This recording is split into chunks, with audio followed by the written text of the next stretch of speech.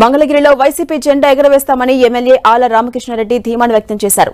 రాజకీయ చరిత్ర కలిగిన కుటుంబం నుంచి లావణ్య వచ్చారని, రాబోయే ఎన్నికల్లో లావణ్య గెలుపు ఖాయమని తెలిపారు. అలాగే రాబోయే ఎన్నికల్లో నాన్ లోకల్ బీసీ అభ్యర్థి మధ్య పోటీ ఉంటుందని తెలిపారు.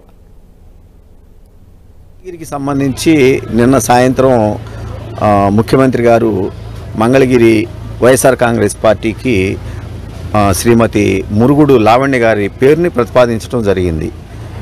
నేను మొట్టమొదటి నుంచి కూడా ఒకే మాట చెప్పుకుంటూ వచ్చాను.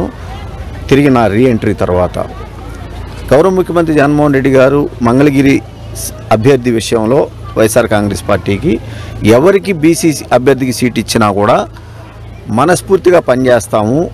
అవతల వ్యక్తి ఎవరైనా కూడా, ఎలాంటి వాళ్ళైనా కూడా తిరిగి మళ్ళా వైఎస్ఆర్ కాంగ్రెస్ పార్టీ మహిళా అభ్యర్థి శ్రీమతి మురుగుడు లావణ్య గారిని మంగళగిరి ప్రజలు ఆశీర్వదిస్తారనే నమ్మకం మా అందరికీ ఉంది. ఈ 5 సంవత్సరాల పరిపాలనలో ఆర్థిక ఇబ్బందులు ఉన్నా కూడా మంగళగిరిలో ఏ విధంగా డెవలప్మెంట్ జరిగింది అనేది మేము ఎజెండాగా తీసుకుంటూ ఈ 5 సంవత్సరాల కాలంలో ఎన్ని వందల కోట్ల రూపాయలు సంక్షేమ రూపంలో, అభివృద్ధి రూపంలో గౌరవ ముఖ్యమంత్రి జగన్మోహన్ రెడ్డి గారు మంగళగిరికి కేటాయింపులు చేశారు అనేది కూడా ప్రజల దృష్టికి తీసుకువెళ్ళి ఖచ్చితంగా ఈ సీట్ని తిరిగి వైఎస్ఆర్ కాంగ్రెస్ పార్టీ కైవసం చేసుకుంటుందని నేను గట్టిగా చెప్పగలుగుతాను. Local, non local, OC versus BC.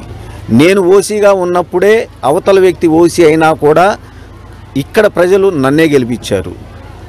ఇవాళ మహిళా అభ్యర్థి, బీసీ అభ్యర్థి, పైగా లోకల్ అభ్యర్థి, ఇక్కడ పైగా వాళ్ళ మామగారు 2 పర్యాయాలు ఎమ్మెల్యేగా చేస్తున్నారు, మంత్రిగా చేస్తున్నారు రాజశేఖర రెడ్డి గారి దగ్గర.